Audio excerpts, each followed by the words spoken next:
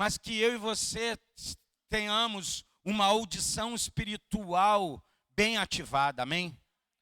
Efatá, abra-se os nossos ouvidos espirituais, para a gente não deixar de ouvir a voz de Deus, porque se a gente ouvir a voz de Deus, irmão, todas as outras vozes vão perder suas forças.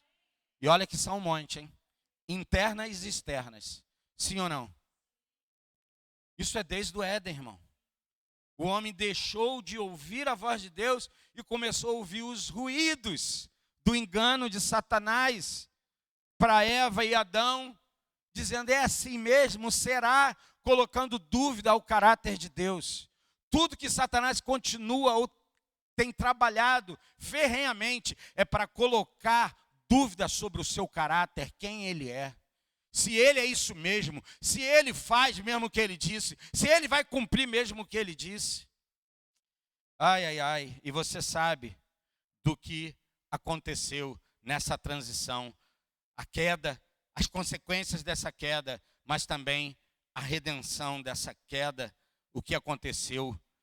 E eu e você precisamos dessa voz, dessa companhia, desse relacionamento. Amém? Dessa relação com Ele. Isso não é novidade. Mas eu quero falar aqui, quando Deus, Ele vai promover para a vida de Adão e Eva, ainda no primeiro ponto, o que Ele vai promover? Cobrir, diga cobrir.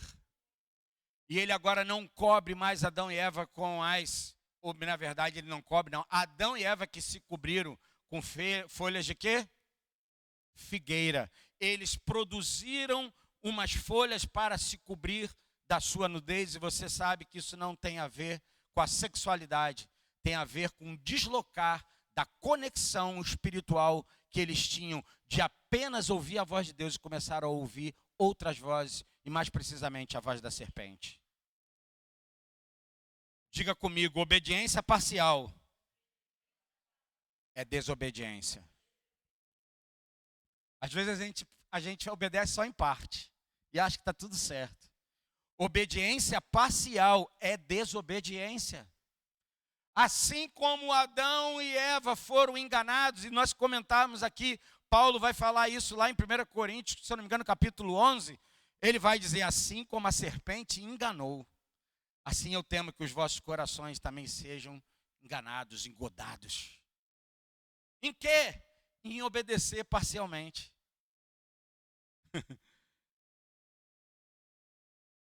Deus continua perguntando a cada um de nós, onde estás, Sérgio? Que posicionamento você está, filho? Ele não faz isso para nos condenar, mas para quê? Diga, restaurar. Esse é um ano de restauração, é um ano, quando eu digo ano, irmão, é o tempo todo, amém? Mas nós estamos declarando, focados como um alvo, como objetivo, um ano redentivo, áreas na minha vida sendo restauradas, saúde restaurada. Ah, mas eu não estou vendo. Deus não te chamou para andar pelo que você vê, Deus tem te chamado e me convocado você para a gente andar por aquilo que a gente não vê. Amém? E eu não ando pelo que vejo, eu ando pelo que não vejo. Continua profetizando, irmão. Continua ouvindo a voz de Deus e declarando o que Ele disse para você fazer. Seja obediente e vamos fazer o que Ele disse. Então, verso 21 do capítulo 3. Fez Deus, ou Yahvé, túnicas de pele, com elas vestiu Adão e Eva, sua mulher. Diga comigo, provisão divina. Primeira coisa que o ser humano, cada um de nós, os que erramos, falhamos, pecamos, o que nós precisamos de provisão divina. Ah, eu errei, vacilei. Clame ao Senhor, que é o clamor dele, que é o Cristo. Clame ao Cristo e diga, Senhor, seja tu mesmo aquele que vai restaurar, cobrir, trazendo provisão para a minha vida. Deus demonstrou o seu cuidado e provisão ao cobrir a nudez e a vergonha do primeiro casal. O que eles fizeram? Que haviam tentado inutilmente fazer o quê? Se cobrir com as folhas de figueira. Pare de se cobrir com um jeitinho de crente, um jeitinho de, sabe, de ser fiel. Às vezes você só precisa dizer, Senhor, eu tenho sido infiel. Por fora, tantas vezes eu tenho me corrompido, mas a tua palavra diz que o homem espiritual, o homem interno se renova de dia. O homem interno, ele avança. E eu quero negar tudo aquilo que tem vindo para me deslocar da comunhão, da voz e voltar para o lugar onde a tua presença, ela me cobre, ela me veste. Isso significa provisão de Deus, provisão divina. O que Deus faz? Sacrifício e expiação. Sacrifício e expiação. Para que as roupas de pele fossem feitas. O que se necessitou? Diga, de um animal. E esse animal era inocente, irmão. Foi ele que precisou ser morto, como nós falamos domingo passado. Resultando no primeiro derramamento de sangue registrado na Bíblia. Foi antes de Caim matar Abel. O primeiro derramamento de sangue foi de um animal inocente. Para o quê? Cobrir de uma forma divina, assim trazendo o sacrifício e a expiação por aquele animal. Esse evento é frequentemente interpretado como um pré-anúncio do sacrifício de Jesus Cristo, o Cordeiro de Deus, cujo sangue seria derramado para cobrir ou expiar os pecados da humanidade e restaurar os relacionamentos com Deus. Diga, os meus pecados são remidos para que eu possa voltar ao relacionamento, à conexão, à sintonia da voz de Deus, amém? Por isso, se você tem o Espírito Santo, irmão, você tem essa voz, que é a voz do teu Espírito em conexão com o Espírito de Deus. Não se deixe se levar pela sua alma caída ou sua mente caída. Tome a mente de Cristo. Por que tantas vezes, eu canso de falar isso, canso de falar, parece que é só não é um mantra, irmão. É uma conexão espiritual. Quando eu estou orando em línguas, a Bíblia diz que eu edifico o meu espírito. Você não precisa orar para as pessoas ouvirem, você precisa orar para você se ouvir. Para você se conectar e dizer, não, alma, não esse sentimento, não. Irmão, nós somos assaltados. Sabe o que é um assalto? Você não está esperando. Agora, deixa eu te dar uma boa notícia. Se você estiver pronto para o assalto, fica muito mais fácil de você se livrar, de você saber como você vai responder. Sim ou não?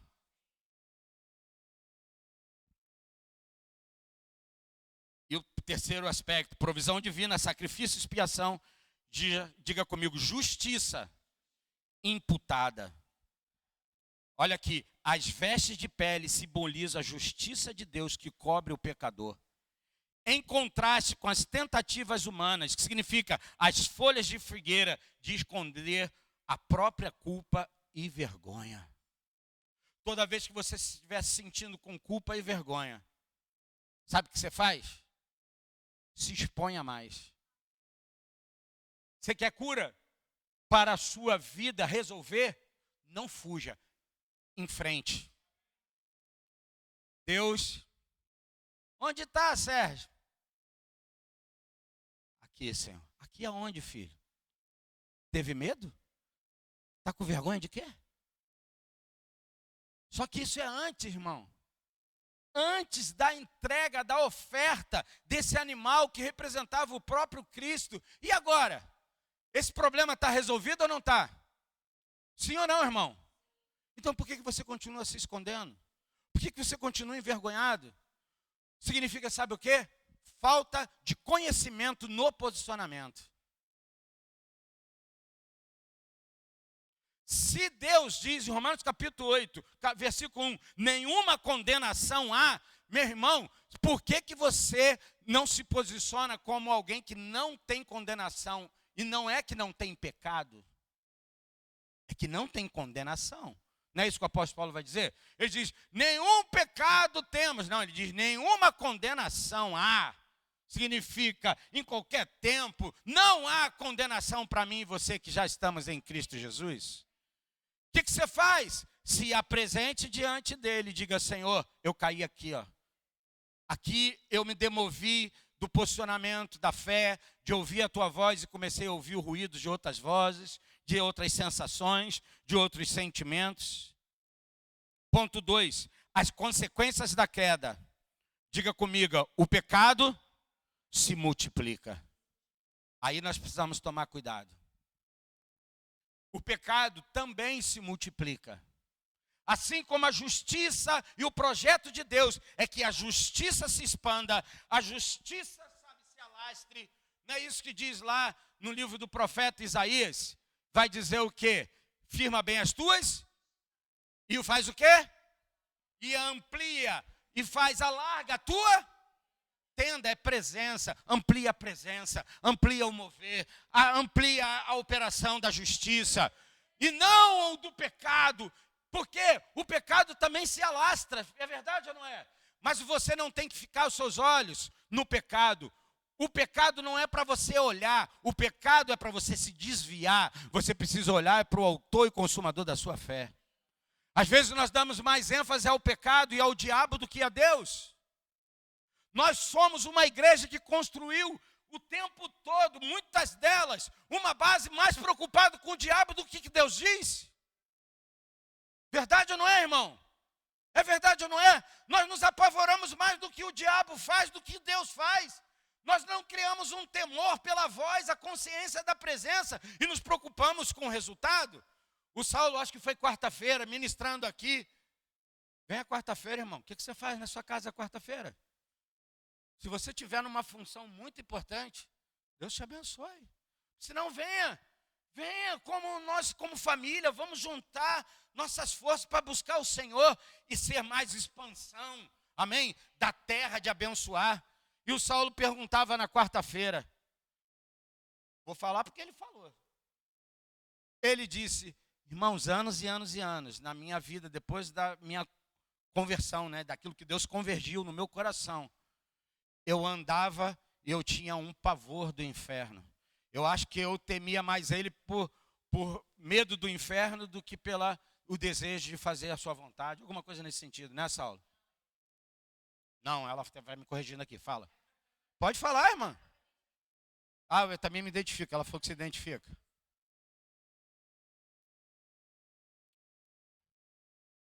Ela está colocando uma base que é o seguinte, que muitas vezes as pessoas têm o medo de errar, de pecar, para perder a salvação. Aí a gente pergunta assim, né, quem é que te salvou? Porque é óbvio que isso deve ser feito com muita responsabilidade, mas o que se deve ter entendimento não é aquilo que o pecado fez, e sim o que Cristo na sua redenção fez. Amém? A justiça imputada. Meu irmão, é isso, nós estamos aqui no capítulo 3 e 4, mas no capítulo 12, se eu não me engano, verso 6, a Bíblia diz que Deus, quando olhou para Abrão ainda, disse assim: isso que você está fazendo, isso o quê? Diga, crer.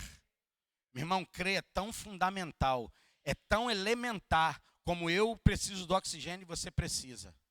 À medida que a gente crê, a Bíblia diz que Deus imputou, é o mesmo princípio, que é o quê? Creditou sobre a vida de Abraão o quê? Diga, justiça. Como? Pelo fato dele crer. Ele entrou na vestidura da pele do Cordeiro de Deus e cobriu Abrão. Amém? Glória a Deus. Então, dentro dessas consequências da queda, o pecado se multiplicando, Gênesis capítulo 4, verso 1, 16, eu não vou ler de novo, mas diz que Caim e Abel ofereceram sacrifícios. Diga, sacrifícios. A Bíblia diz que Deus aceita o sacrifício de Abel, mas não aceita o sacrifício de quem?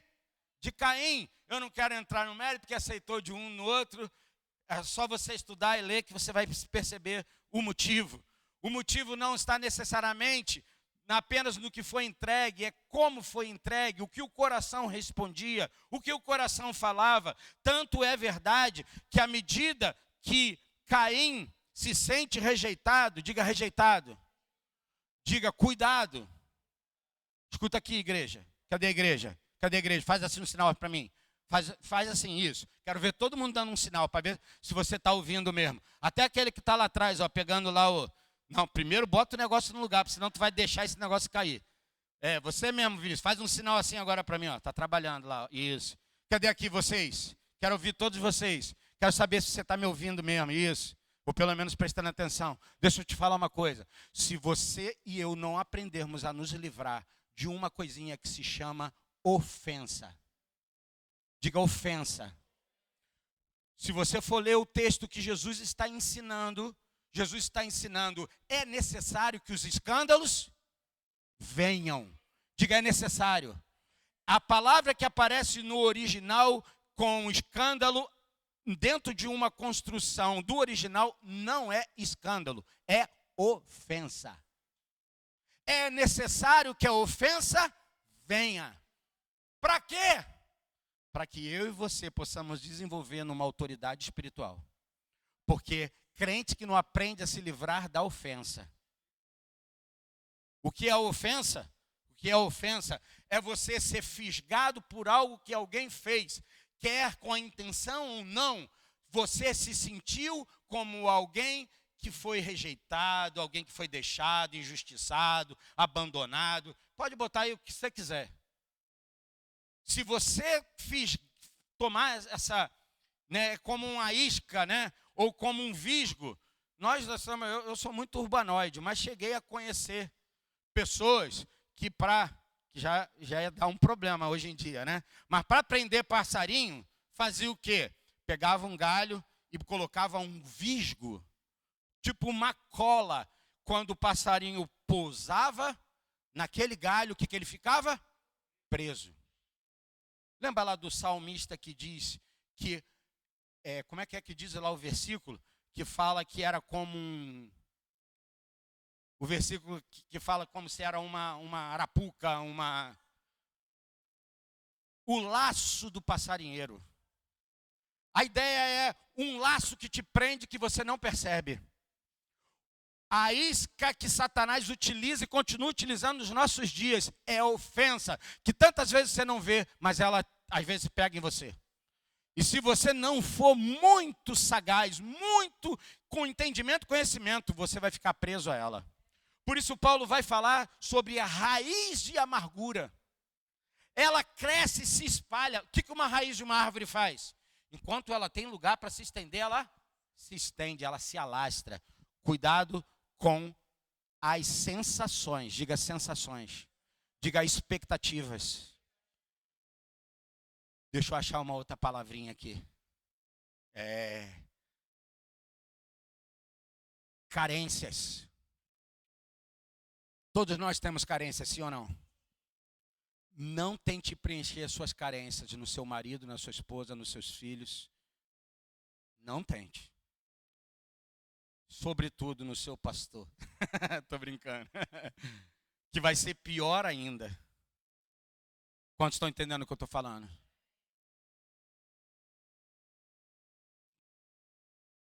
Assim que Caim ficou ofendido. Deus falou, olha irmão, caramba. Diga, Deus conhece. Deus olhou para o rosto de Caim e falou, Caim, por que teu semblante caiu? Você percebe que antes do semblante de Caim cair, o coração dele estava caído. Ele estava irado, inveja. Por que dele foi aceito o meu não? Eu sei lá. Eu só sei que Deus aceitou o dele e ainda não o meu. Deus falou, ô Caim, não cumpre a ti dominar o pecado. Diga, o pecado deve ser dominado. Porque se o pecado não for dominado, o que você vai ser? Dominado. E a Bíblia diz, tudo aquilo que nos domina passa a ser Senhor na nossa vida. Eu não sei do que é, irmão. Pare de usar, já falei isso trocentas mil vezes, vou continuar falando. Pare de usar pecado só na ideia, sabe, santidade. Aí você sempre olha para o sexual. Você tem que ter santidade na sua palavreado com o seu irmão, com a sua irmã. Santidade nas suas atitudes no trabalho. Santidade com a justiça de Deus. Amém? Por que a gente acha que o pecado é só uma consequência desse pecado sexual, irmão? Uma. E que ainda que seja muito forte, é uma só. Caim, ele reage com inveja àquela atitude de ver seu irmão sendo aceito a oferta e ele não. Deus adverte, o pecado jaz à porta, cabe a ti dominá-lo. O que Caim faz, irmãos? O que Caim faz? Ignora o alerta. Todas as vezes que você, que tem o Espírito Santo, você vai pecar, o Espírito Santo vai mostrar, alertando para você. Ele vai mostrar. Quanto que depois da queda percebe? E bem que ele mostrou eu. É verdade ou não é? Estava lá, irmão, o sinal estava lá, tocou a sirene, tocou o alerta. Mas a gente fez o quê? Ignorou. O que significa ignorar? É deixar. Não é que você não tem conhecimento, é que você deixa, não. Ele vai e mata o seu irmão. Diga comigo, o pecado não tratado cresce e se torna destrutivo. Espero eu. Diga você agora. Diga espero. Diga Sérgio. Diga seu nome. Diga espero Sérgio. Que o pecado, diga comigo, o pecado seja tratado. Diga problema, já está no nome, é para ser resolvido. Nós não teremos uma igreja que não tem problema. Não existe. Nós não teremos uma igreja que é perfeita nesse entendimento que você acha que é. Deus falou para Abraão, Abraão, anda na minha presença e seja íntegro. Seja íntegro, filho, seja íntegra, filha. Não se corrompa, não se permita que o pecado, ele entre na tua vida e mais, ele não para em você, ele se alastra. Se o pecado se alastra na minha vida, por que a graça e a unção de Deus também não se alastra? Verdade ou não é? Aleluia, é isso que você precisa focar. Para de olhar para o pecado e olha para a santificação do que o Cristo está fazendo na sua vida. O pecado, diga comigo, o alvo, o propósito, é isso que é pecado, errar o alvo, errar o propósito. Quando ele se torna equivocado, errante, ele se torna destrutivo como uma célula desregulada que vai se multiplicando. Sabe como é que se chama isso? Quem é da área da saúde sabe, os nutricionistas sabem. O que é uma célula desregulada ela pode produzir? O que ela produz? Câncer. Diga câncer. Diga câncer. São células que continuam se multiplicando. Verdade ou não é? Mas elas estão produzindo o quê? Destruição, morte. Que as células desreguladas na nossa vida não sejam multiplicadas na minha vida e na sua vida. Toda tortuosidade da minha vida não seja multiplicada. Pelo contrário, ela seja tratada, ela seja cuidada, ela seja zelada. Diz, Senhor, essa é uma área de vulnerabilidade da minha vida e eu quero que o Senhor trate ela. Porque eu não quero que ela, tomando uma parte da minha vida, se multiplique para a vida de outros. Não é isso que Paulo vai falar sobre essa geração, irmão? Romanos capítulo 1, além de fazer, eles incitam outros a fazerem também. Sim ou não? E por que a gente não incita as pessoas a serem santos, como Ele é santo e tem nos feito santos? Porque nós estamos olhando mais para o desfoque do que o foque. Quantos estão entendendo o que eu estou falando? Isso é o exemplo do câncer. Um corpo saudável, as células, elas crescem, dividem-se e morrem de uma forma ordenada. Isso é uma morte natural. As células normais, elas estão o quê? Morrendo, sim ou não? Por isso que o ser humano, em algum momento, ele vai morrer, seja num plano ou num outro. Agora, o que acontece quando existe uma desordenação? Aqui entra o câncer. É um processo de algo que desregula. as células cancerígenas continuam a se dividir, formando massas de tecidos chamadas, em alguns casos, de tumores, porque a leucemia também é um câncer, mas não tem tumor, né? Então, o que significa? A queda não apenas afeta o indivíduo, mas os relacionamentos. Toda doença, diga toda doença, ela não prejudica só o indivíduo, ela prejudica quem? Todo mundo, irmão. Quem está na casa, quem está na família, sim ou não? Por quê? Porque é normal. A gente é nós somos uma sociedade. Então, o que interfere em você acaba interferindo em mim. Na nossa casa, na nossa família, a mesma coisa. Qual é a aplicação que eu preciso trazer sobre isso? Diga comigo, pecados tolerados se tornam ou tornam-se prisões espirituais. Errar o alvo, permitir que ele continue como é que eu acabei de dizer, meu irmão? Desordenado. Por isso que a Bíblia diz, põe em ordem a tua casa. Deus fez o primeiro dia, dando ordem. Deus fez o segundo dia, dando ordem. Tudo que você colocar e que não tiver numa ordem de prioridade, o que a Bíblia diz? O que a Bíblia diz? Buscai o lugar, a igreja do Senhor, amém? O reino. O que você está trabalhando, se você entende que é para reino, se você acha que é necessário fazer, faça. Eu não vou condenar você. Se você não vier à igreja domingo, eu não vou colocar um peso sobre você.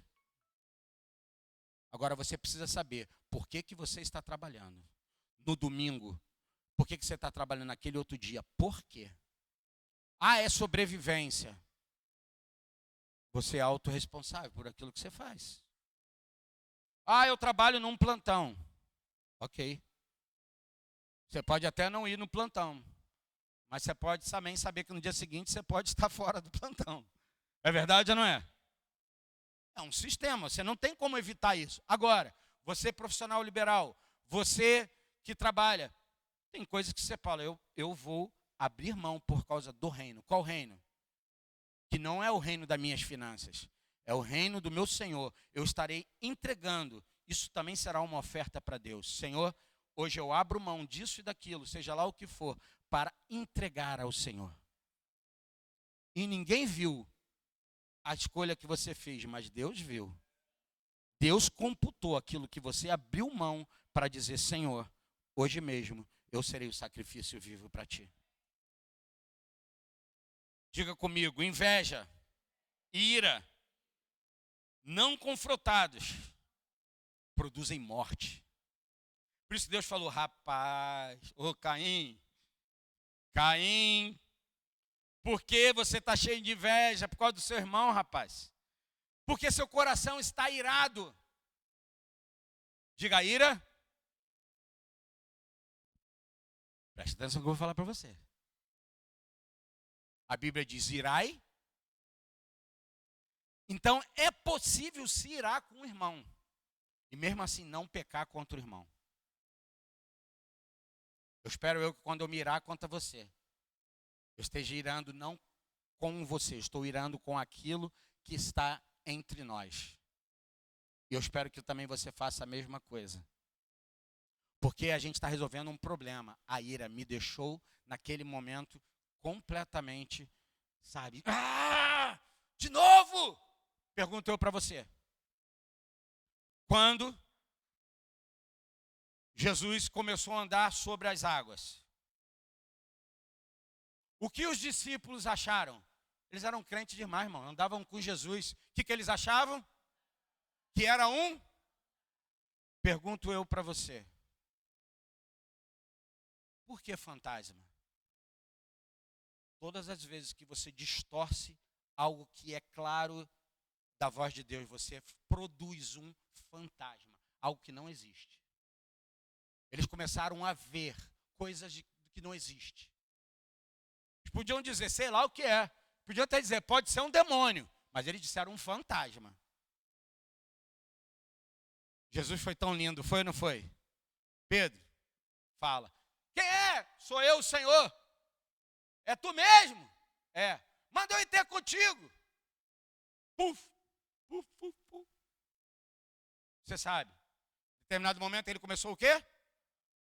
Perguntou para você, por que ele afundou? Por que ele afundou? A maioria de nós vai dizer, porque ele olhou as circunstâncias. Não. Mas o que a gente aprendeu o tempo todo? Ele começou a ver a força do vento. Pergunto eu para você, o que o vento interfere de alguém andar por cima da água ou não? Mas a gente botou os nossos olhos na porcaria do vento. O problema não foi o vento, o problema foi parar de conectar com a voz de Deus e ouvir ruídos. Quantos estão entendendo o que eu estou falando? Eu e você precisamos, irmão. Para de ouvir os ruídos. Oh, meu Deus do céu. Capeta essa semana fez uns ruídos aqui no meu ouvido. Eu falo, sai para lá. Sai para lá, sai para lá, sai para lá, sai para lá. E quanto mais parece que a gente fala, como diz o ditado, quanto mais há som, fantasma aparece. Sai para lá, voz, sai para lá, mentira, sai para lá, ruído. Eu não ando pelo que vejo. Estou profetizando, irmão.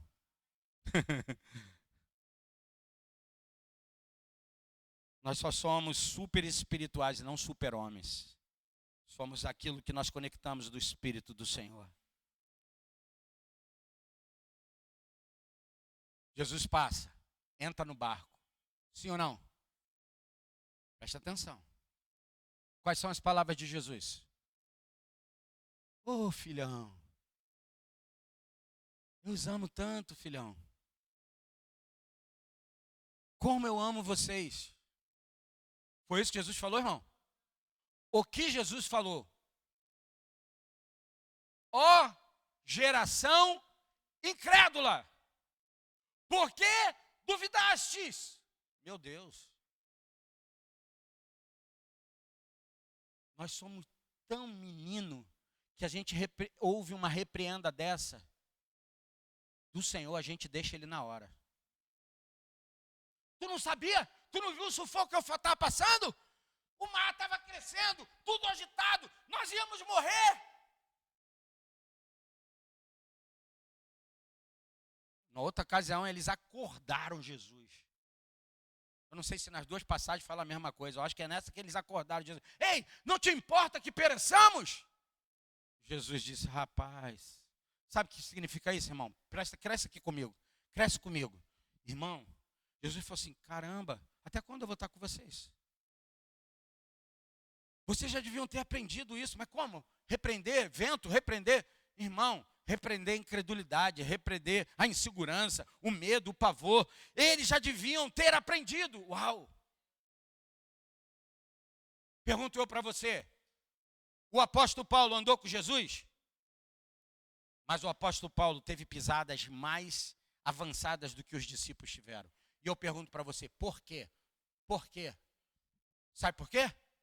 Porque eles olhavam sempre para a natureza carnal de Jesus e pararam de olhar para a natureza espiritual de Jesus. O que eu e você temos a oportunidade? De andar não pelo que a gente vê, mas andar pelo que a gente... Às vezes o ver nos torna mais incrédulos do que aquele que não vê. Quantos estão entendendo o que eu estou falando, irmão?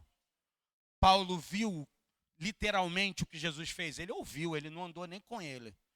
Mas, cara, ele acessou, diga acessou. Escute, por favor. Precisamos ouvir a sua correção. Ele disse para o discípulo, ei, vocês, por que vocês ainda são incrédulos desse jeito? Ponto 3. Nós falamos sobre o ponto 1, que foi da queda. Deixa eu repetir. Cadê você? A origem da queda, quando a voz de Deus é substituída. O ponto 2, as consequências da queda, quando o pecado se multiplica.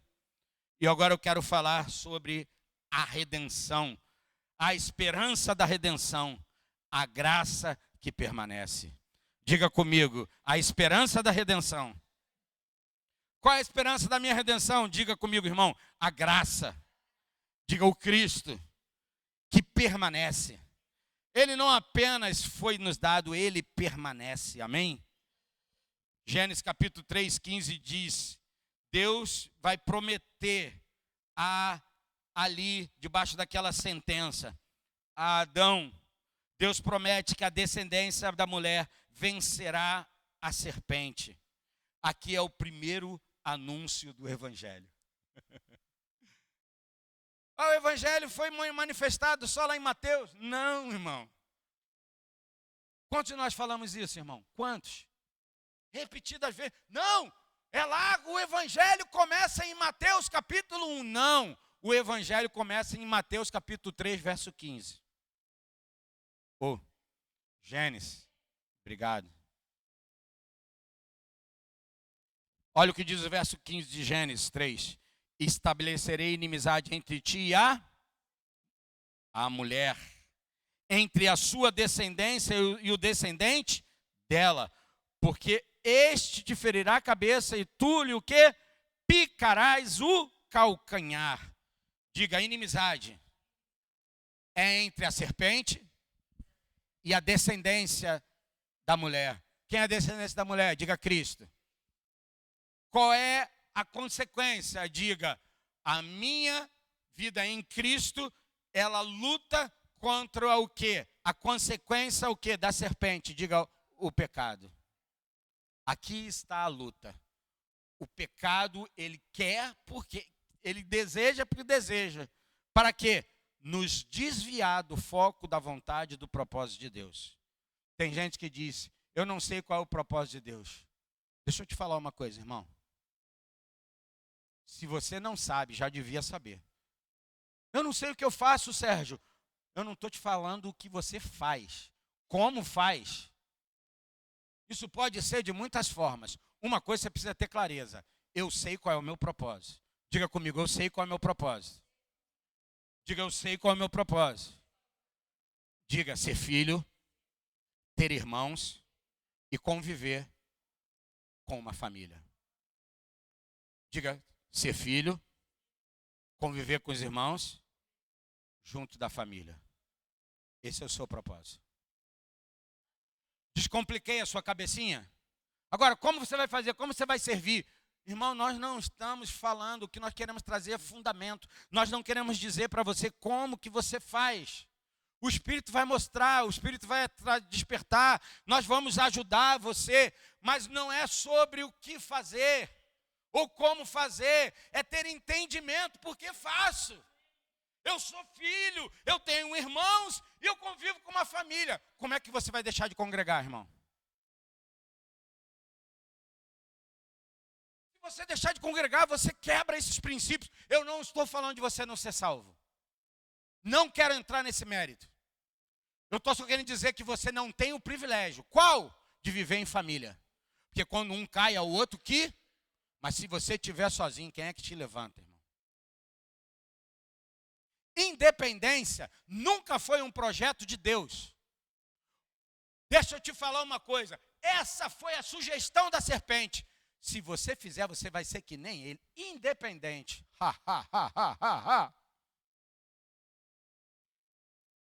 Se tornou independente mesmo. Agora vem a luta para se conectar de novo, para ser dependente de Deus. Nós não queremos ser independentes de Deus. Nunca aceite a proposta de ser independente dele, saber tanto que se tornar independente dele. A Bíblia vai falar que o quê? Que o fruto daquela mulher, diga o descendente, diga Jesus, pisará a cabeça da serpente. Isso já foi cumprido, sim ou não? Não vai ser cumprido, irmão, já foi cumprido, amém? Já foi cumprido. E a Bíblia diz aqui, afirma no verso 15, e tu lhe picarás o calcanhar. Significa, vai ser um sofrimento. Para quem? Para o descendente. Jesus passou sofrimento, sim ou não? Isaías 53, verso 3 até o verso 5, diz assim: pelo contrário, foi desprezado e rejeitado pelos homens, viveu como homem de dores, experimentou todo o sofrimento, caminhou como alguém de quem os seus semelhantes escondem o rosto, desprezam. Eita! Foi menosprezado e nós não demos à sua pessoa importância alguma. Nós. Eu não, você sim, eu também. como descendência. Verso 4, e no entanto, suas dores eram as nossas próprias enfermidades, que ele carregava em seu ser. Em seu quê? Ser. Sobre o seu corpo levou todas as nossas doenças. Contudo, nós o julgamos culpado e castigado por Deus. Olha o julgamento. Pela mão de Deus, ferido e torturado. Foi ferido e torturado por quem, irmão? Por quem? Então para de olhar que como se os romanos fizeram isso. Quem fez isso não foi os romanos, quem fez isso foi o meu pecado e o seu pecado. Foi isso que José entendeu. Acho que tu falou isso quarta-feira também, não foi, irmão? Se não foi, foi em algum momento desse. Eu fico ligado nas paradas mesmo. Saulo falou em algum momento, ele falou assim, irmão, José, depois de passar em todo o processo, o que ele entendeu? O rei disse, cara, teu nome será Zafenate Peneia, que significa o sustentador da vida. Quando ele reuniu os irmãos, querendo agora descontar o negócio, ele falou, ei,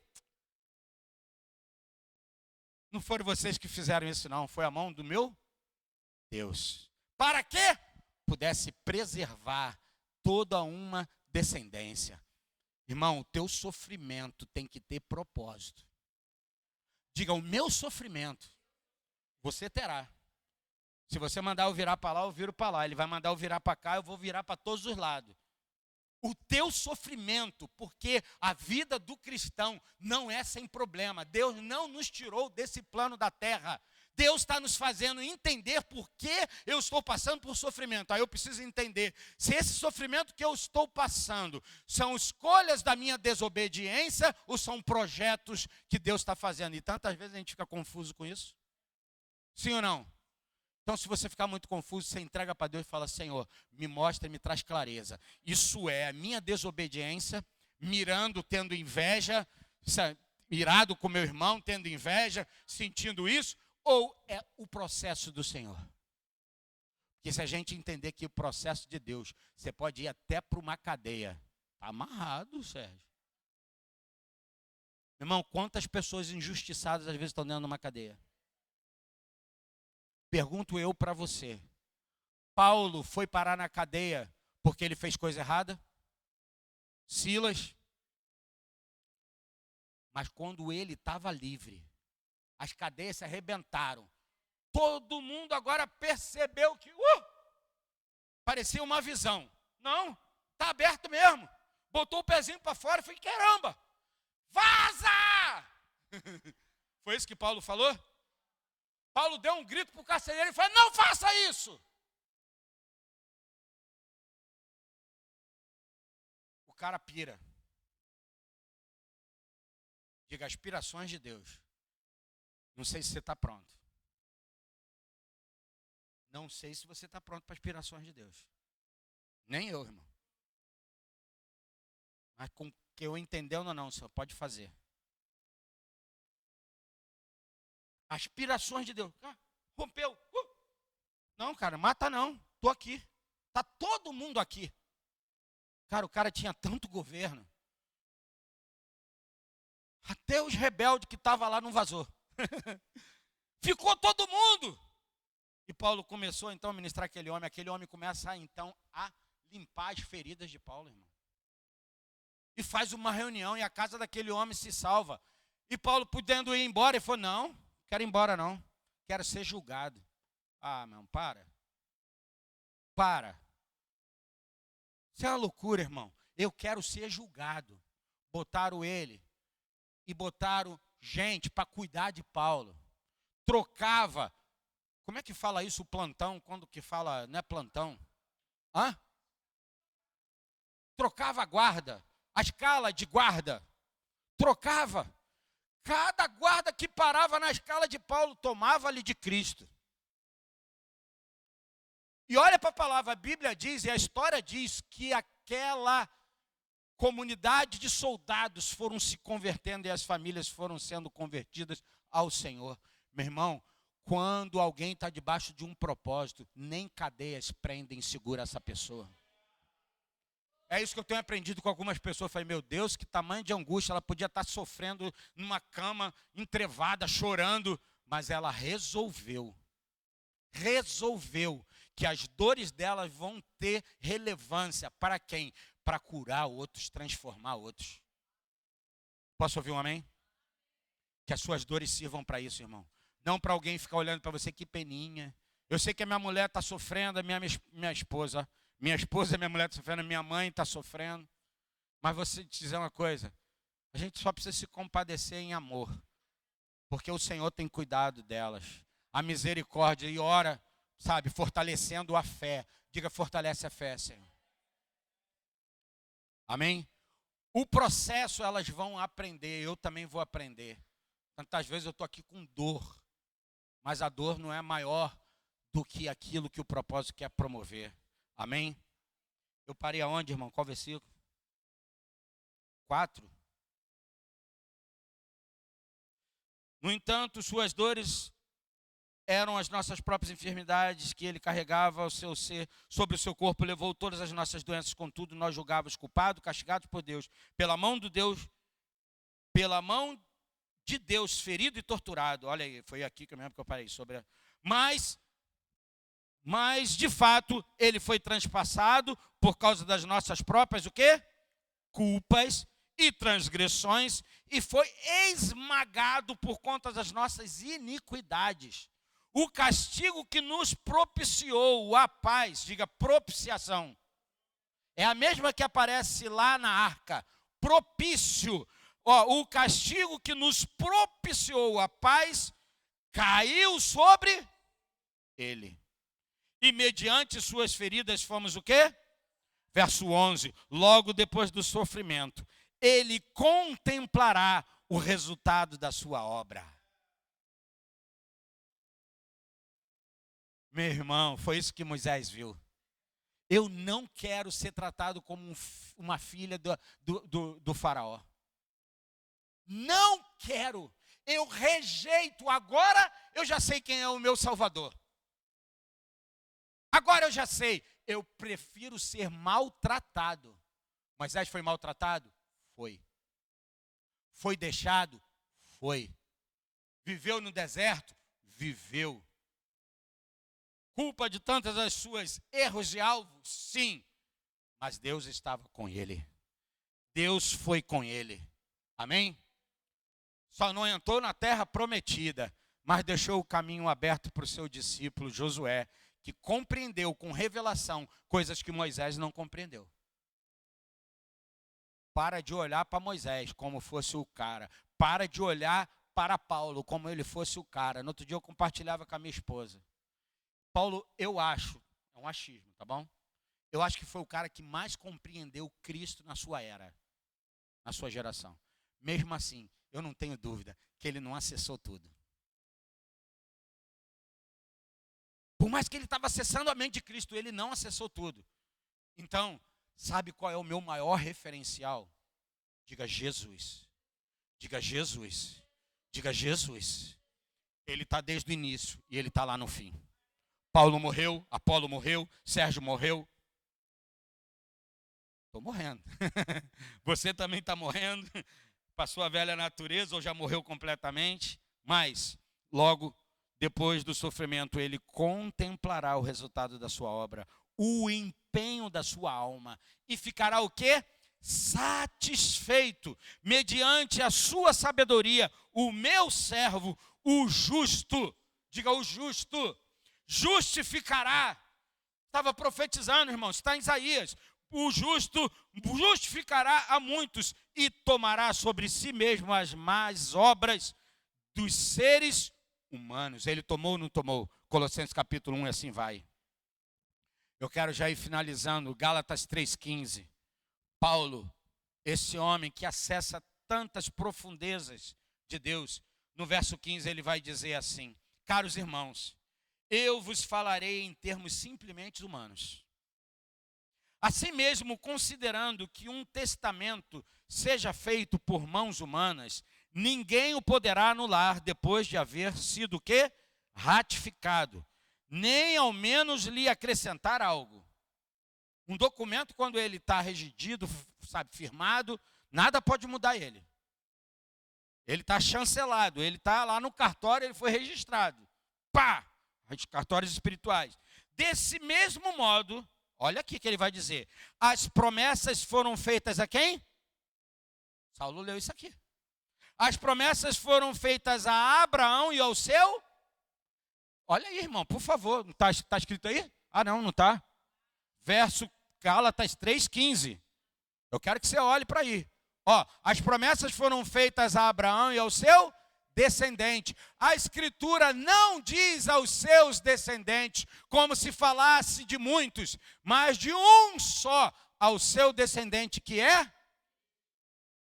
Quando você vê Abraão dizendo, Deus falando para Abraão, Abraão, eu serei bendito, abençoado nessa terra pela tua descendência. Ele estava mostrando quem?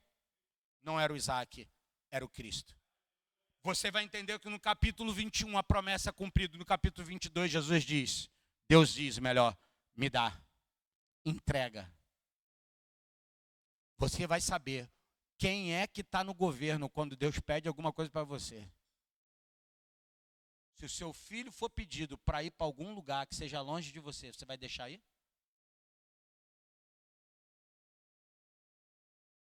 Se ele for seu, você vai dizer não. Mas se ele for do Senhor, você vai dizer, faz a tua vontade, Senhor. Me dá teu filho. Sobe o monte. Antes de subir, ele diz para o servo, ó, eu subirei e voltarei com o rapaz. Você não quer ajuda, Abraão? Você já tem quase 100 anos, Abraão. O menino está carregando aí a madeira. Mas, cara, é uma subida. Vai se cansar, Abraão. Falei, fica aí, rapaz. Agora é entre eu, o filho e o pai.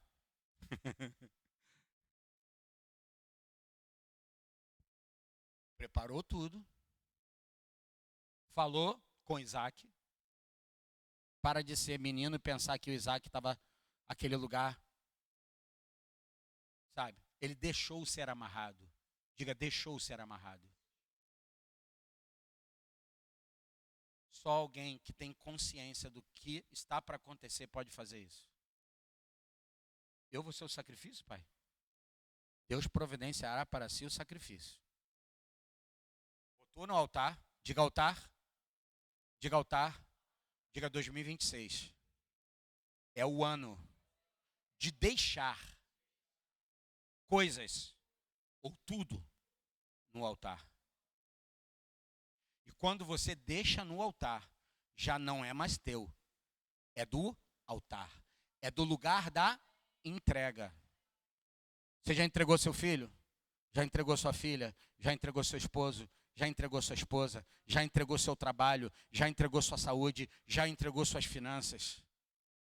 Se ele está recebendo no altar, agora já não é mais seu, é dele. O Isaac diz, pode amarrar, pai. Isso não está escrito na Bíblia, irmão, por favor. Mas leia, releia. Abraão levanta o cutelo, o facão, e ele vai passar no menino. Sim ou não? Algumas pessoas dizem que ele tinha 13, outras 17, alguns estudos. Então, um menino de 13 anos, 17 anos, tanto que aqui é ele que está levando a lenha. Não é Abraão? Ele já era capaz. Quantos hoje de 13 anos são completamente capazes de fazer serviços, trabalhos? Verdade ou não é? Deixou. Quando ele vai sacrificar, o anjo brada, ei, eu sei do que tu és capaz. Eu pergunto para você, como que você vai saber que você é capaz? Só quando você passar no processo da entrega de deixar tudo no altar. Só que Abraão vai dizer na frente, se é, né, eu ia falar, isso está mostrando que a vida de Abraão, que ele creu, e alguns falam, né, Hebreus foi escrito por Paulo, não foi Paulo, o escritor de Hebreus, ele vai dizer assim, Abraão cria tanto, que Deus podia ressuscitar o seu menino, que ia ser o quê? Um esquartejar, irmão, facão, se fosse só um infarto, podia, volta o coração, esquartejar, arranca a parte. Como é que junta a parte, irmão? Eu não sei.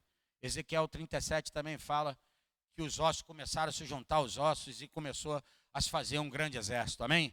Isso falava do povo de Israel, irmão. Cumprimento da profecia de Ezequiel 37 é o povo de Israel espalhado, partido para tudo que é lado, e Deus juntou eles de novo. Deixa eu te falar uma coisa. E aos seus descendentes, como se referindo a muitos, mas não, cadê, irmão? E aos seus descendentes, como se referindo a muitos, mas exclusivamente ao seu descendente, transmitindo a informação de que se trata de uma só pessoa, isto é, Cristo. Eu já vou terminando. Mesmo após o assassinato de Abel, Deus faz o quê? Levanta quem? Diga 7. Diga 7. Qual é a origem da palavra 7? Ou no hebraico, shet. Não sei como é que expressa isso. É com S-H-E-T-H. Significa compensação. Diga compensação. Diga substituição. Diga nomeado. Designado. Aquele que foi concedido. Ou você não acha que isso é uma figura tipificando o descendente, o Cristo que havia de vir? Significa compensação ou substituto, pois nasceu como consolo pela morte de Abel, sendo visto por Eva como outra semente. Diga outra semente. Que eu e você sejamos uma outra semente para ser plantada, lançada no solo, e que ela, como a palavra de Deus diz, em João capítulo 12, se eu não me engano, se um grão de trigo cair na terra, não morrer, fica ele, mas se morrer, produz. Às vezes a sua morte está produzindo mais vida do que você acha. Posso ouvir um amém? Quanto você não morre, irmão? Quanto você está, não vou, em parte vou fazer isso hoje, mas não vai ser desse jeito não, vai ser do meu jeito. Ok.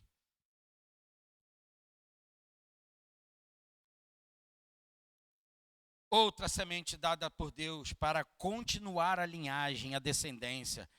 E é o ancestral da linhagem de Noé e Jesus, marcando o início da adoração verdadeira da humanidade.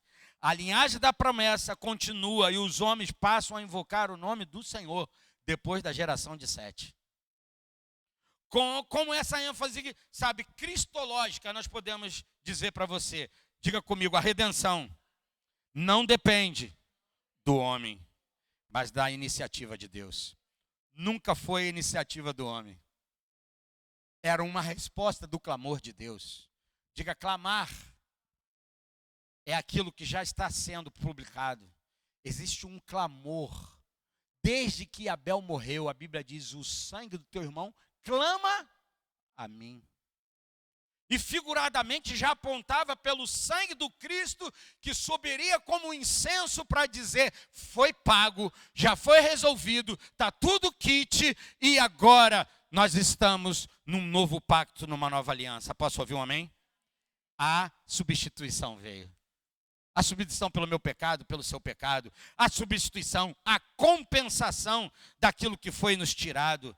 Então, a linhagem da promessa continua e os homens passam a invocar o nome do Senhor. Jesus é o cumprimento da promessa feita aonde? No Éden. Diga, Jesus é o cumprimento da promessa feita no Éden. E eu quero trazer para você uma aplicação. Não importa,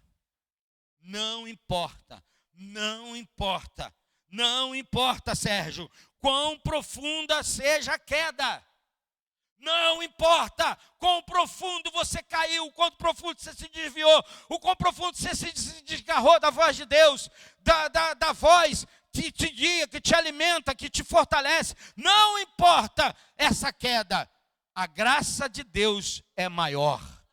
Aonde a graça de Deus está? Diga, a graça está no Filho.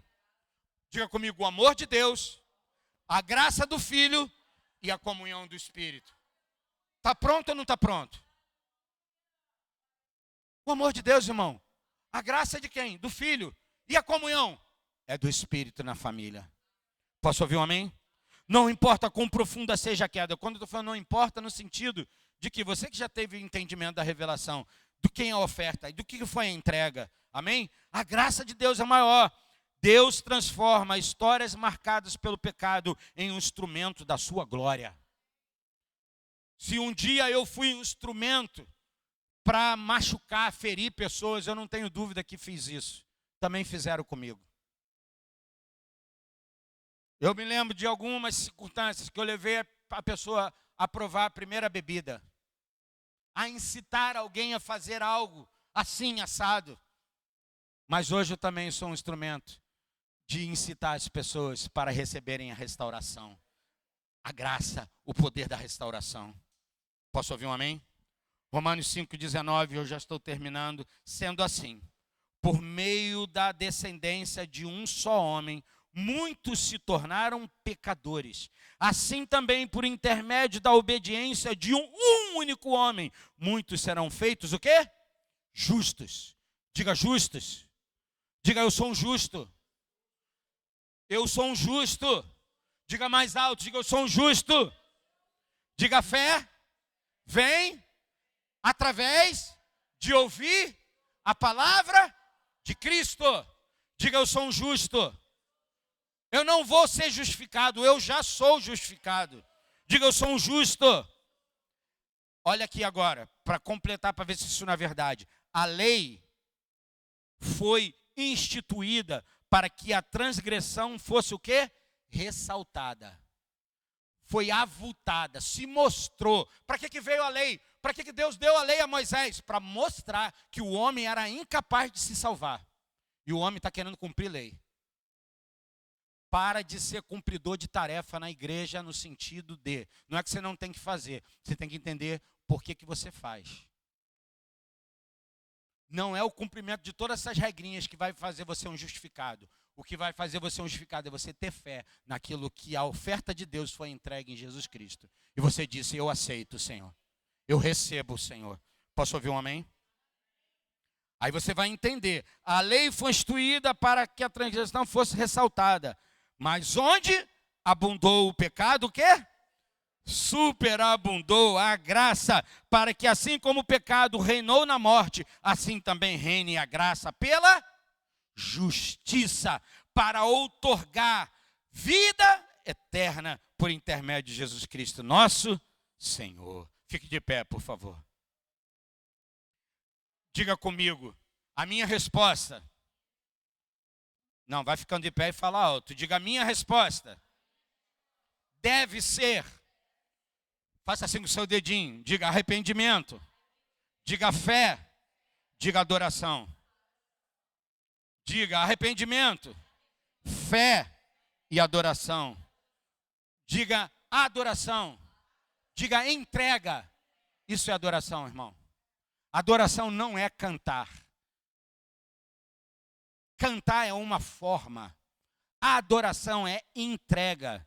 Qual é a conclusão? Diga comigo, a queda explica a nossa dor. Diga o pecado explica nossos conflitos. Diga a redenção explica nosso resgate e esperança. Quero que você repita comigo, a queda explica nossa dor. Diga o pecado explica nossos conflitos. Diga a redenção explica nosso resgate e esperança. Feche seus olhos.